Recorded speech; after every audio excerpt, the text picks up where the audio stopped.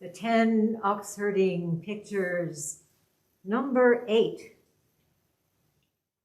Forgetting the ox, forgetting the self. The preface. Shedding worldly feelings, erasing holy thoughts. You do not linger where the Buddha is. You dash right past where the Buddha is not. Don't cling to duality, or the thousand-eyed one will soon find you. If birds were to bring you flowers, what a disgrace. The verse. Whip and rope, you and the ox, all gone in emptiness, into a blue sky too vast for words. Can a snowflake survive a raging fire? Attain this and be one with the ancient masters.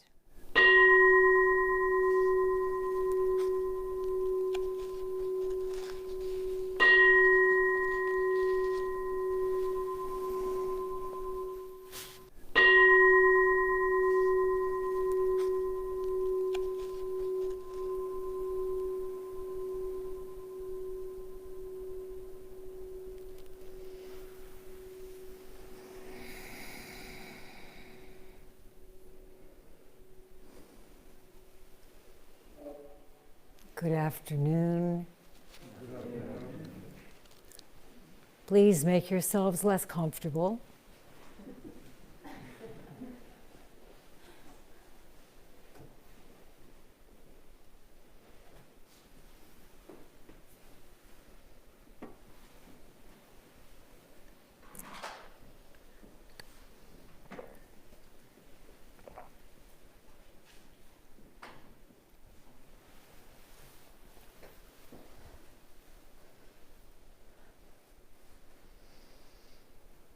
All gone in emptiness, Master Kakuan Shion says in his verse to the 8th of the 10 Oxherding pictures.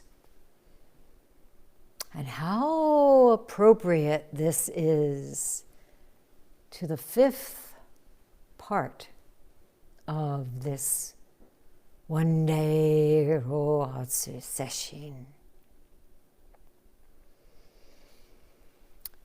It's been 2 years since we could gather this way.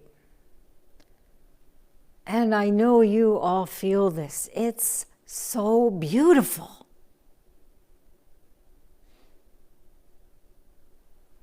Every snowflake, icicle, every soaring tree, every drifting cloud, the sun coming up over the mountain in the morning, and this morning's star at dawn, and each one of you.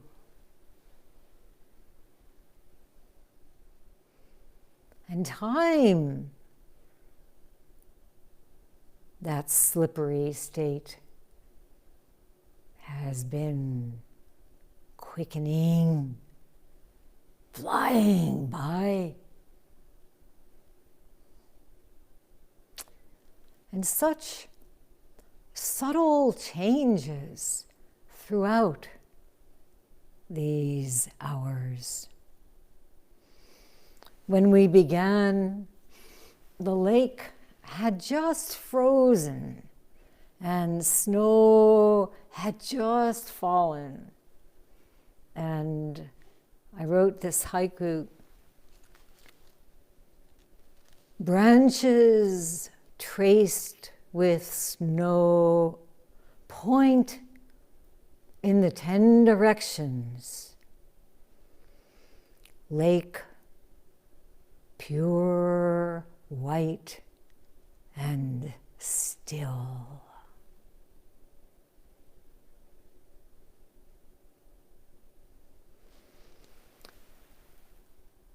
Kakuan Zenji lived during the 12th century on Mount Ryoan in China. He was the Dharma heir of Daizui Genjo Zenji, who was a Dharma brother of Engo Kokugon Zenji, who, as we heard the other day, compiled the Hekigan Roku, the Blue Cliff Record. Kakuan's Dharma heir, Jion Osho, wrote an introduction and a preface to each of the Oxherding pictures and published the collection. So, as most of you know, during this year of the metal ox, which began February 12th and ends January 31st, 2022, I've been giving Teisho on each of the 10 Oxherding pictures. And we'll look at the last one, number 10, at Hoenji's winter session, January 20th through 23rd. You're all invited. Bring your own tent. Or tune in on Zoom. On February 1st, 2022, we enter the year of the tiger.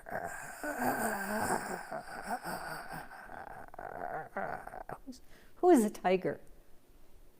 Yes, Shinge Roshi, Boz, and Elliot, and our esteemed Togan Zenji. Blackwater tiger this tiger year. Kakuan's original pictures are lost, but they were faithfully copied by Shubun Zenji, who was a 15th century artist monk, and they are reproduced in V.T. Suzuki's Manual of Zen Buddhism, and also in Myokyo-ni's Gentling the Bull. Shubun's originals are in the collection of Shokokuji in Kyoto.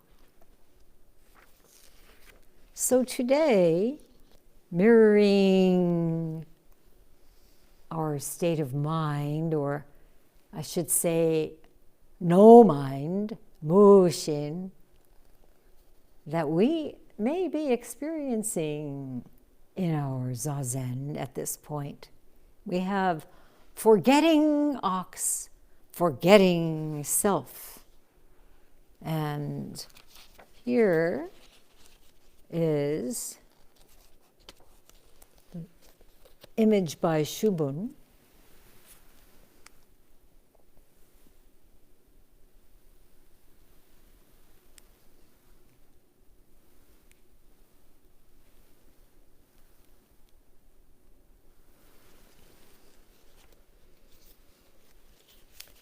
And I also brought a more contemporary picture by Gyokusei Jikihara Osho. He is a teacher in the Obaku School of Zen. And this one is part of the collection that's on display at Zen Mountain Monastery.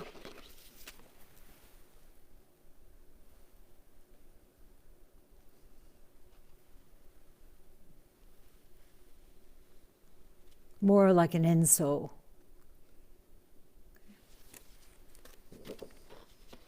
An empty circle. Nothing but the third noble truth. What is that?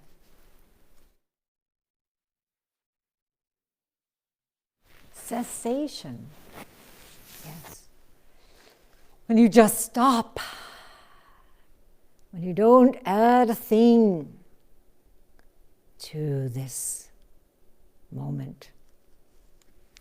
when it's absolutely still, gone. We heard Sosan Zenji tell us all is void, lucid, and self-illuminating. This is where thinking never attains. This is where the imagination fails to measure.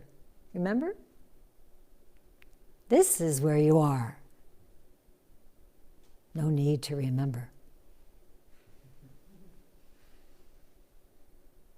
Vast emptiness, full potentiality, or we might use the Buddhist term Dharmakaya, a form of no form, the brush moving through space, coming from emptiness, revealing emptiness, containing nothing, nothing left out. The ox is forgotten. The self is forgotten. What did Dogen say about that forgotten self? To study the way is to study the self. To study the self is to forget the self. To study the way is to study the self. That word study, it's not an academic thing, right? It's to really investigate, to probe deeply, to ponder, to look into. You can think of some other words too, I'm sure. But to really meet, to investigate the way is to see into the self. And that leads to forgetting the self. The more we investigate, the more we see this, when we thoroughly see into it, and that's what we are doing here in sesshin.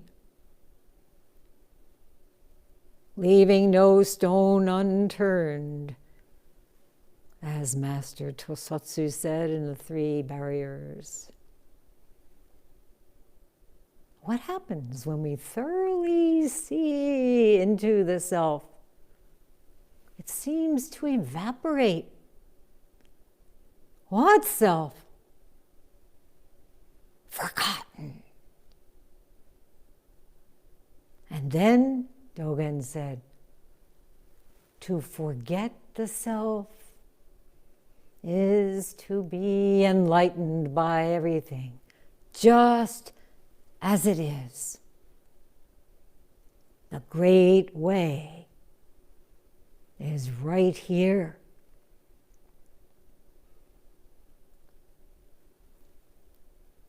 And I was reminded of a song by Jimmy Cliff that I'm sure you can sing along with me. I can see clearly now the rain is gone. I can see all the obstacles in my way. Gone are the dark clouds that had me blind. It's gonna be a bright, bright, sunshiny day and way. It's his way. He saw right through all those obstacles. So every Rohatsu session, December 5th, we commemorate Master Hakuin Ekaku, this most inspiring of teachers, close to our own time. It's not ancient India or China, but Japan, just a few years ago, a little over 250 years ago. Iwajiro, his given name, Ekaku, his ordination name, Nagasawa, his family name, was born in 1685, the same year as? Johann Sebastian Bach. Correct. They played a very similar tune. And he passed away in 1768. And he spent nearly his entire life at the very unassuming rundown temple Shoinji in the small village of Hara, a post station at that time on the busy Tokaido road running between Kyoto and Edo, present-day Tokyo, between Mount Fuji and Suruga Bay. How many of you have been to Shoinji?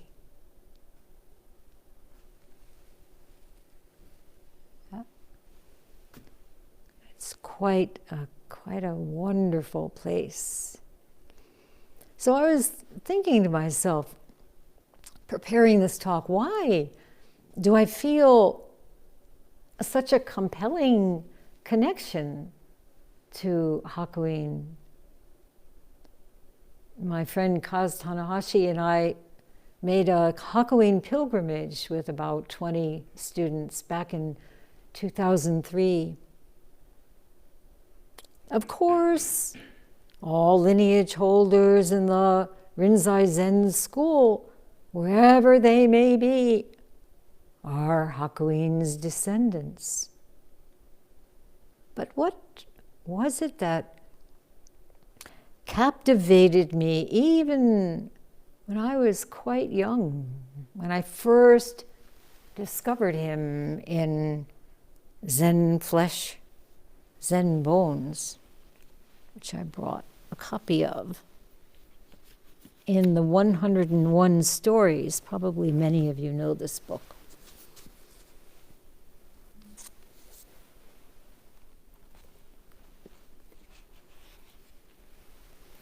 Well, one thing I was thinking was the way he really reflected people's lives with humorous drawings and stories drawn from the characters in his village, all of them conveying his great empathy for the very poverty-stricken, for the most part, people who surrounded Shoinji. And his life is so well known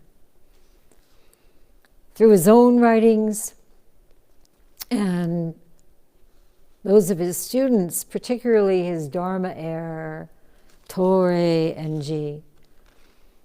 And many, many books have been edited and translated by the wonderful Norman Waddell, whose notes are a brilliant text all in their own.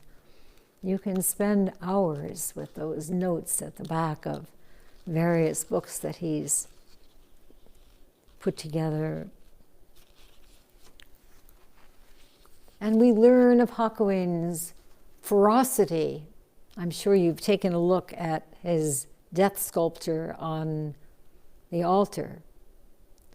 His ferocity in teaching the monks who gathered at Shoinji, his daring spirit, which he tells us about, and his no-holds-barred way of practice. His radical creativity, organizing the koan system, devising his own koan. What was that?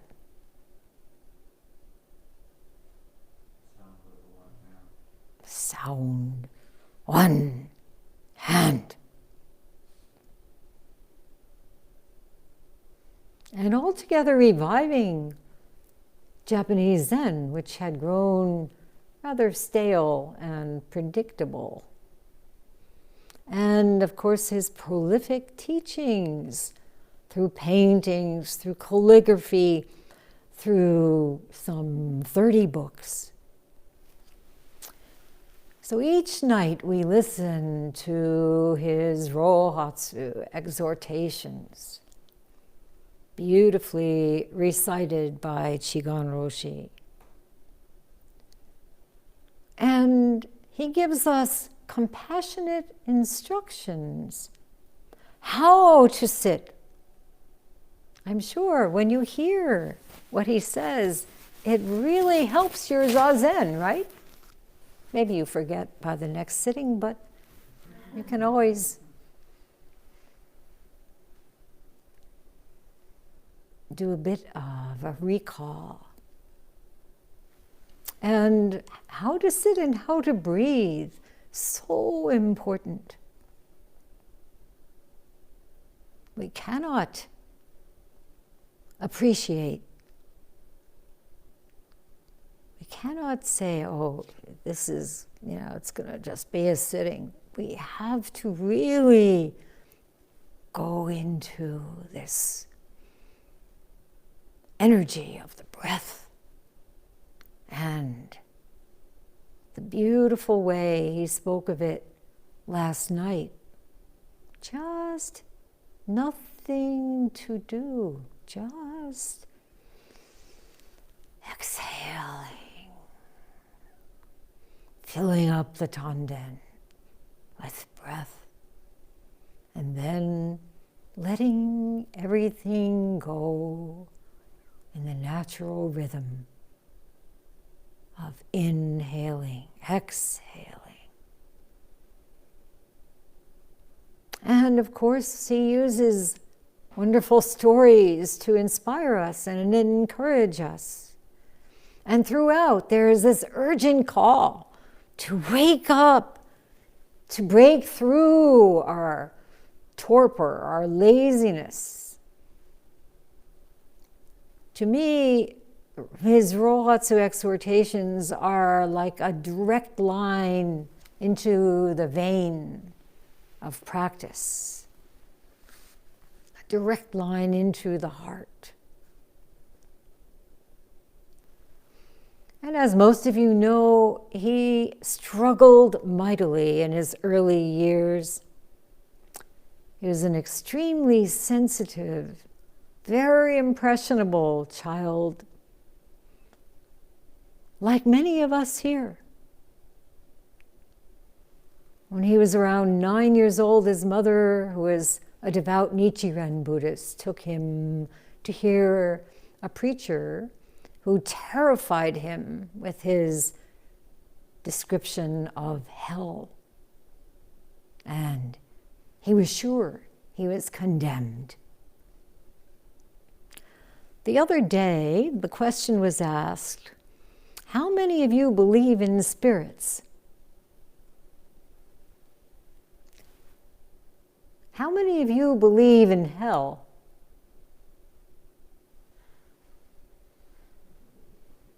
Very few.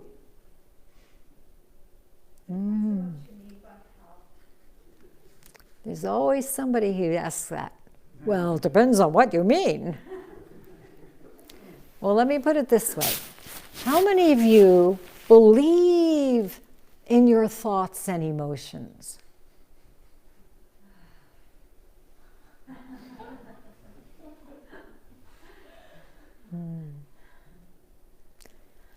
You probably remember being frightened by something you heard when you were quite young. Maybe not a description of hell, but something Maybe you felt there was no one around who could really help you.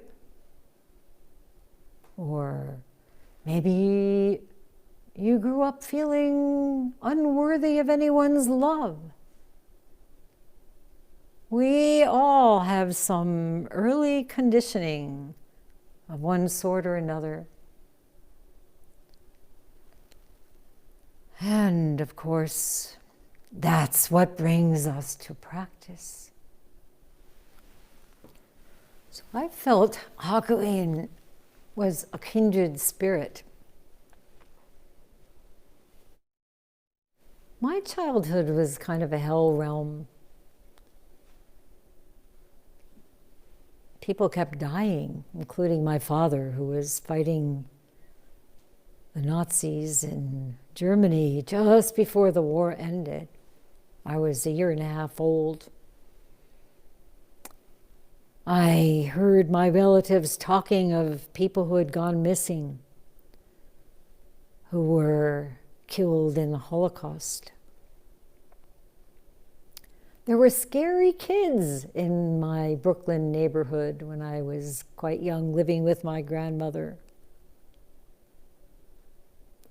The boy next door used to stand on the stoop and pee at me. Then he graduated into the hormone stage, and that was even scarier. My mother married again when I was 4, and my stepfather was quite tyrannical and given to violence, and he himself was suffering great pain. He was shell-shocked, fighting in the Pacific.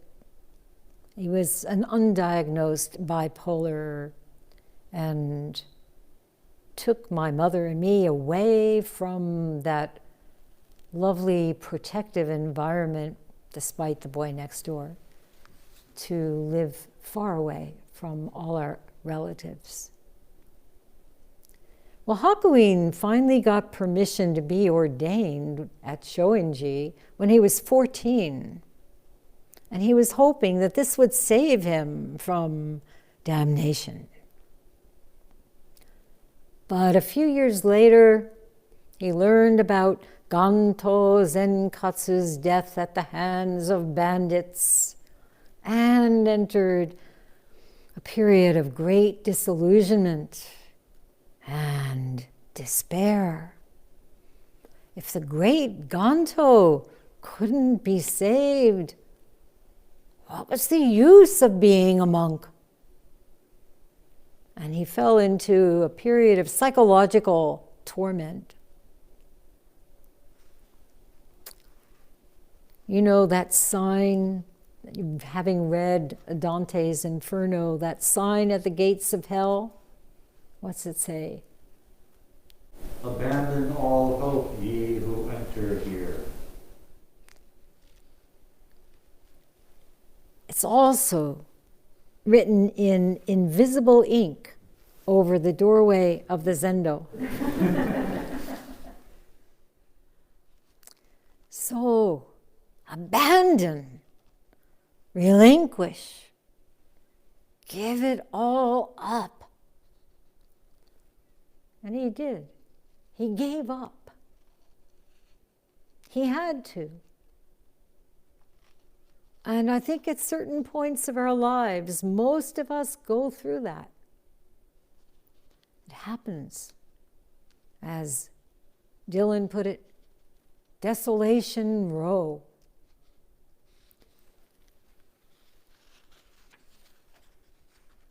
All hopes, all dreams dashed, all expectations and assurances wiped out, illusions gone, feeling quite destitute. For me, it led me to sit down under a tree, in fact, knowing nothing of Buddhism. I was 7 or 8 at the time.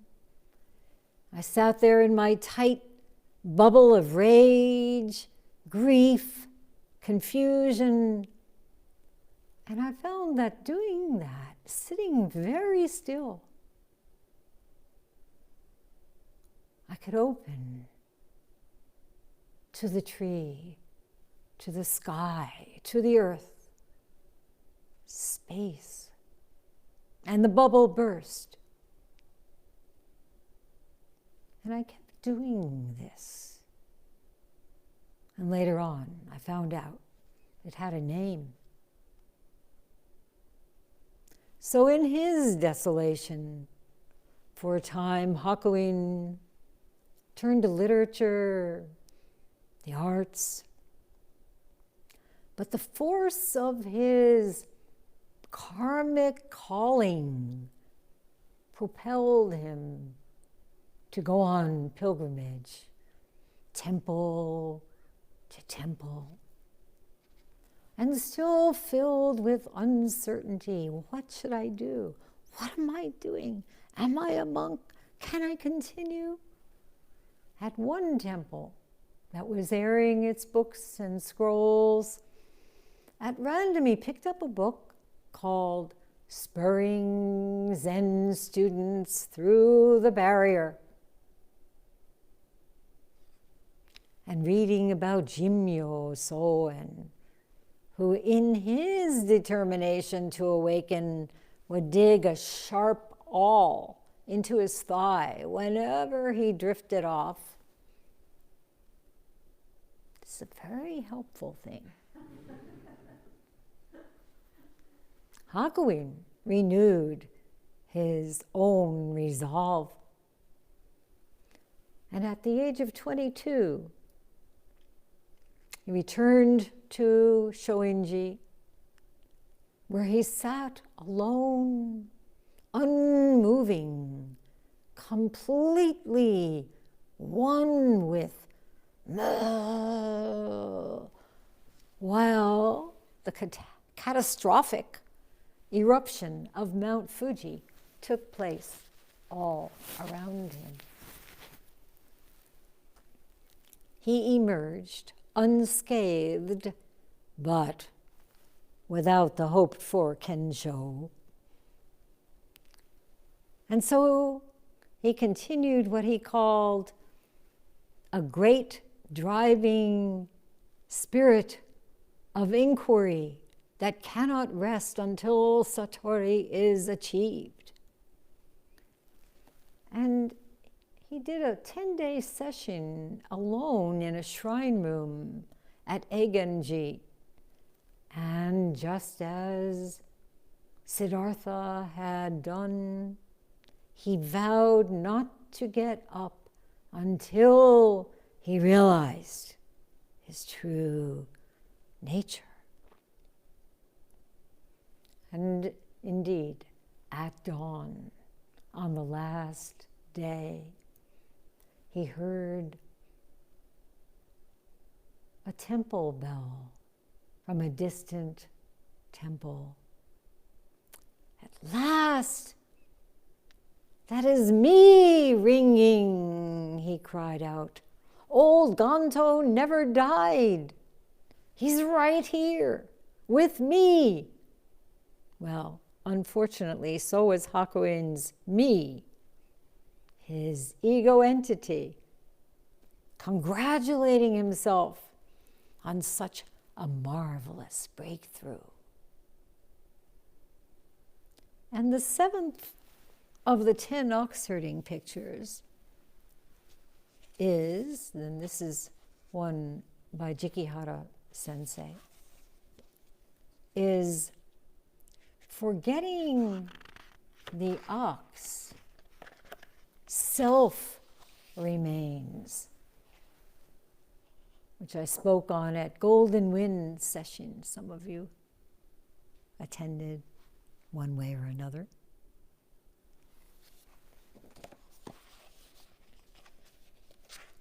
So with awakening, forgetting the ox. The ox is gone. There's no more need to herd the ox.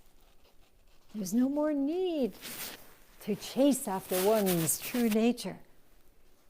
Already, just sitting. The ox is superfluous. Buddha nature is superfluous. There's nothing to pursue, nothing to do. What more need we seek? And yet, the person, the self, remains. There's some awareness of attainment, some separate kind of self-consciousness that is looking in as you are sitting there and seeing me. And this is what happened.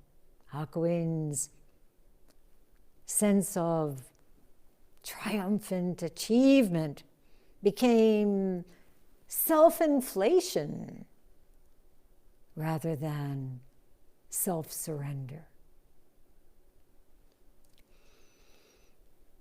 It took submitting, as it does for us all, in his case, to the severe teachings of the recluse Shoju Rojin, whose Buddhist name was Dokyo Eitan. You recognize from our lineage, Teidai Dempo. He was the Dharma heir of Shido Bunan. It took Shoju to cut through Hakuin's pride and arrogance.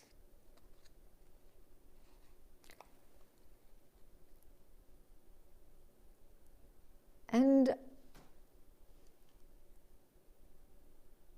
years after the difficulties I had with my stepfather,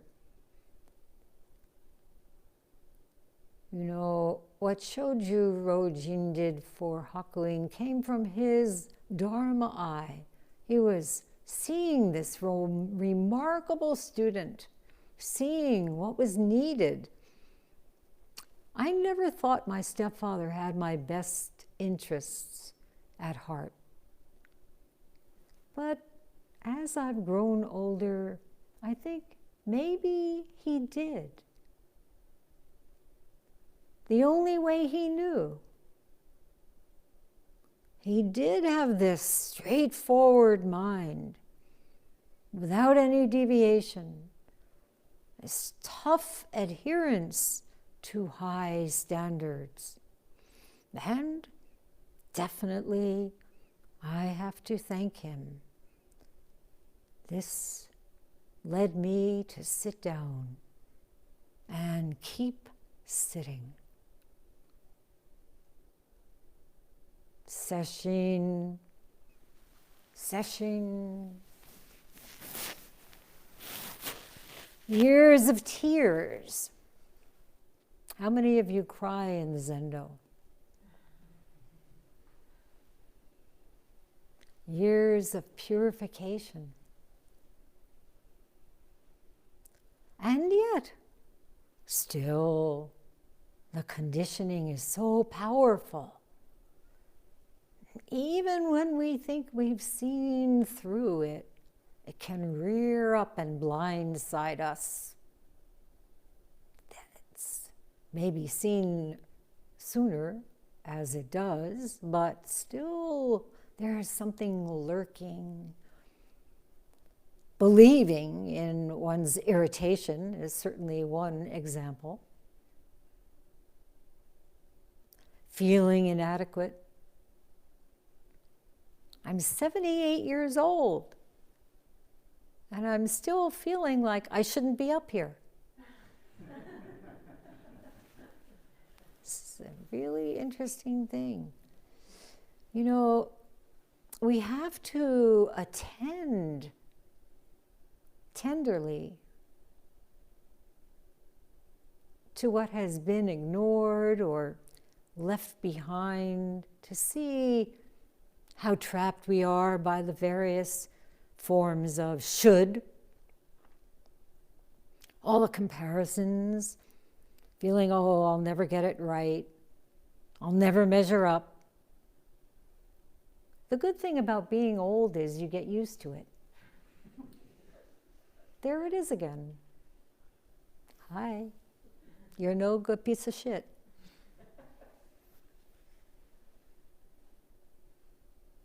And of course, to see one's own mistakes born of that conditioning, born of fear, born of this lack of confidence. And we learn how important it is to feel regret, sincere regret, and take action, apologize, do what it takes. Don't freeze. Don't try to push it under the rug.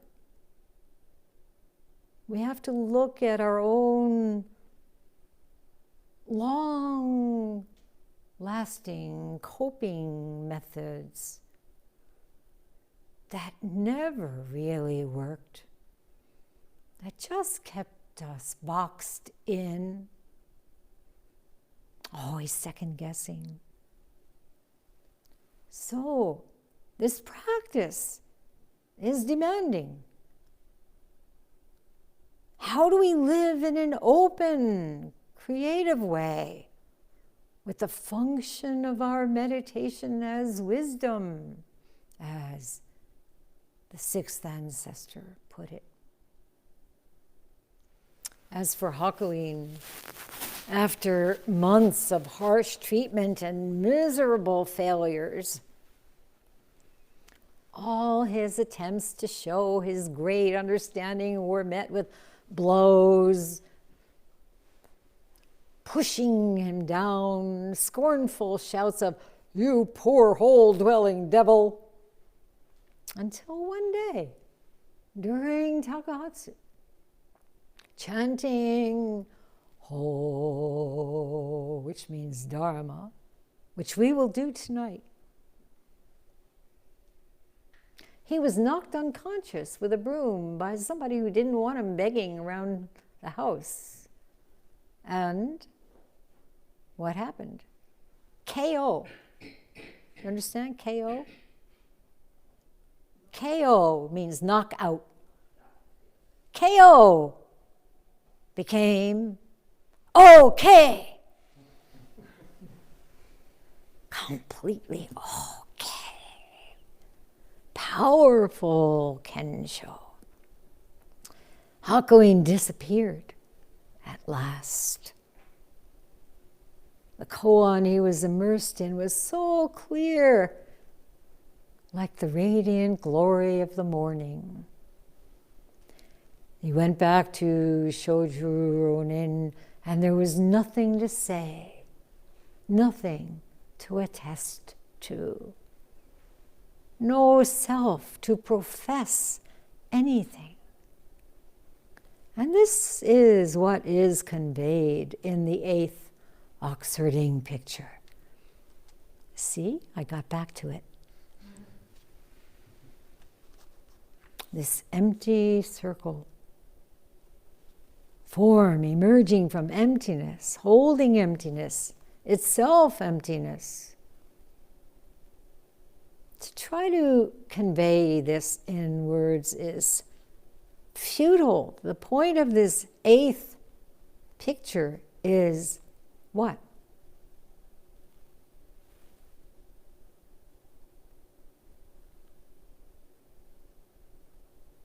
It's just like the example that Shinge Roshi gave in Roger Corliss's vision of Buddhism. You take an empty sheet of paper and you write on it. This is an empty sheet of paper. Whatever we say is going to go against that.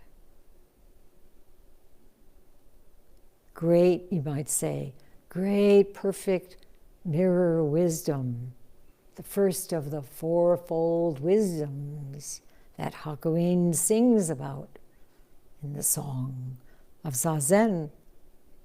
You might say, oh, unlimited, inconceivable. Well, the Diamond Sutra says.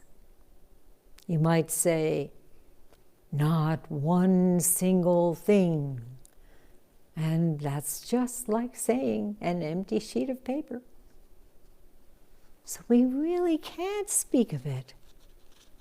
But of course, Kakuan and his Dharma heir, Jion, did write something about it. In the preface, Jion says, shedding worldly feelings, erasing holy thoughts. The desire for achievement, for attainment, for acknowledgement, for approval, gone. The stink of enlightenment, gone. Then he says, you do not linger where the Buddha is. You dash right past where the Buddha is not. No attaching to some idea of the sacred or secular. What did we hear in the Diamond Sutra? This Dharma is like a raft. The Buddha teaching must be relinquished. How much more so misteaching? The Buddha is not something, some religious concept or object or icon. And where is there no Buddha? Of course, from the absolute vista, there is no place where the Buddha is not.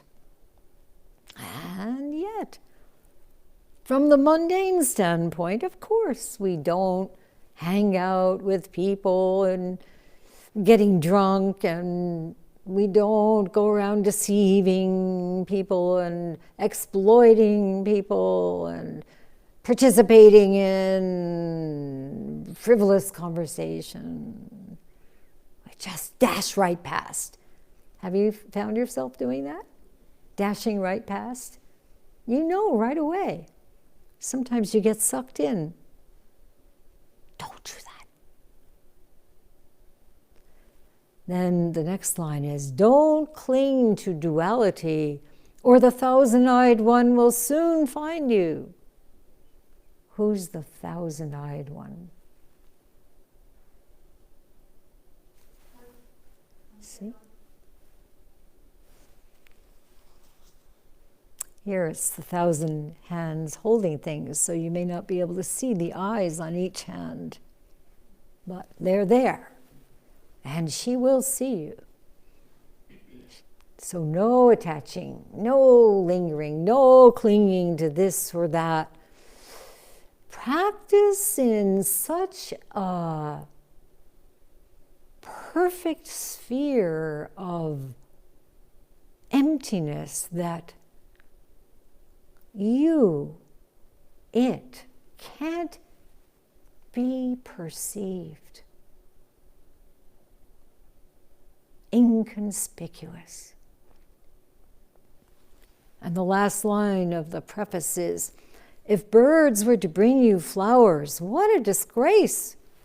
This is a reference to a story about Gozu Hoyu, who was a disciple of the fourth ancestor, Doshin Dai Zenji. Gozu became a mountain recluse, and he was immersing himself in such diligent practice that birds would bring flowers in their beaks and present them to him in homage. But when he realized the great matter, what happened? They ignored him. Not a single flower. How disgraceful to be the sort of person to be acclaimed by others, even birds. And even worse, how disgraceful to seek renown. Never think your enlightenment is entitlement.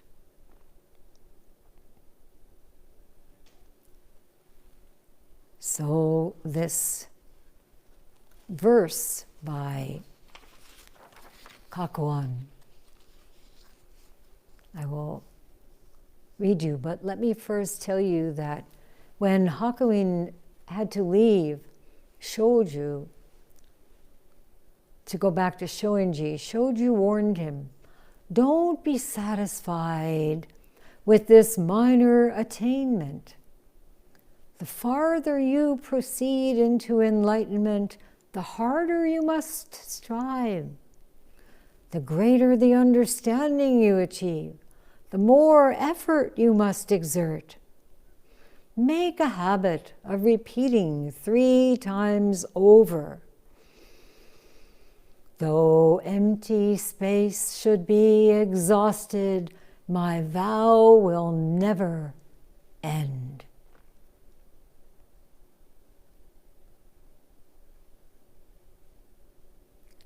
And he continued to practice in this way and to teach in this way and have many, many breakthroughs. But his mind, Hakuin's mind, was increasingly vexed. Why? He couldn't seem to integrate the freedom that he experienced in his awakenings into daily life. So it was in his early 40s that he reread the Lotus Sutra. And what he had earlier in his life scorned as mere stories, simple-minded parables, now triggered his greatest kensho. As he was reading the 3rd chapter of the Lotus Sutra, the one on parables, he heard a cricket chirping in the garden. And he wrote, just like that, all the lingering doubts and uncertainties vanished from my mind. They suddenly ceased to exist. The reason for the lotus's reputation as the king of sutras was now revealed to me with blinding clarity. Teardrops began cascading down my face. A loud, involuntary cry burst from the depths of my being, and I began sobbing uncontrollably. And as I did, I knew without any doubt that what I had realized in all those satoris, what I had grasped in my understanding of those koans I had passed, had all been totally mistaken. I was finally able to penetrate the source of the free, enlightened activity that permeated Shoju's daily life.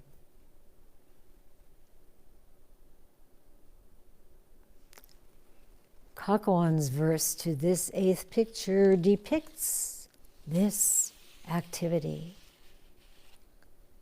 Whip and line, and you and the ox, all gone to emptiness.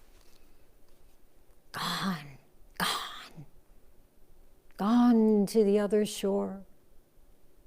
Prajna paramita, perfection of wisdom, also gone.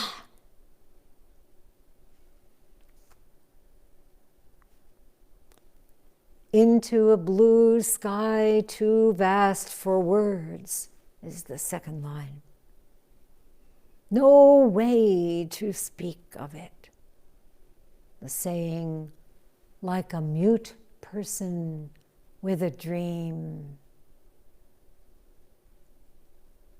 Or Bodhidharma asked by the emperor, Wu, what is the holy principle of Buddhism? Vast emptiness, nothing holy. Or Nansen, an ordinary mind is the way. When you have really reached the true way beyond doubt, you will find it as vast and boundless as outer space. How can it be talked about on the level of right and wrong? Third line. Can a snowflake survive a raging fire? In the cauldron of Rohatsu Sesshin, nothing survives. We die the great death, Shinge Roshi's calligraphy.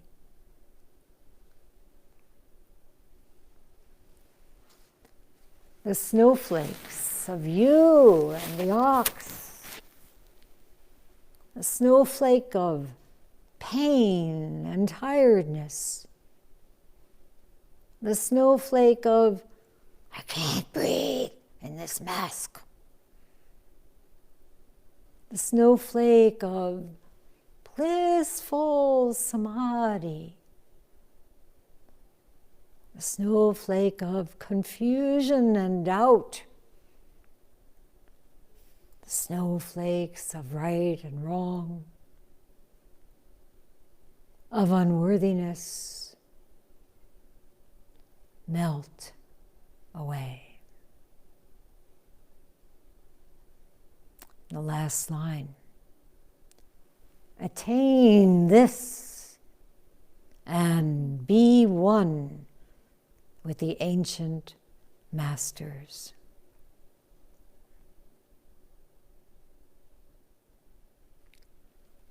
Hey, old Shakyamuni. Hey, old Ganto. Hey, old Hakuin. How you doing?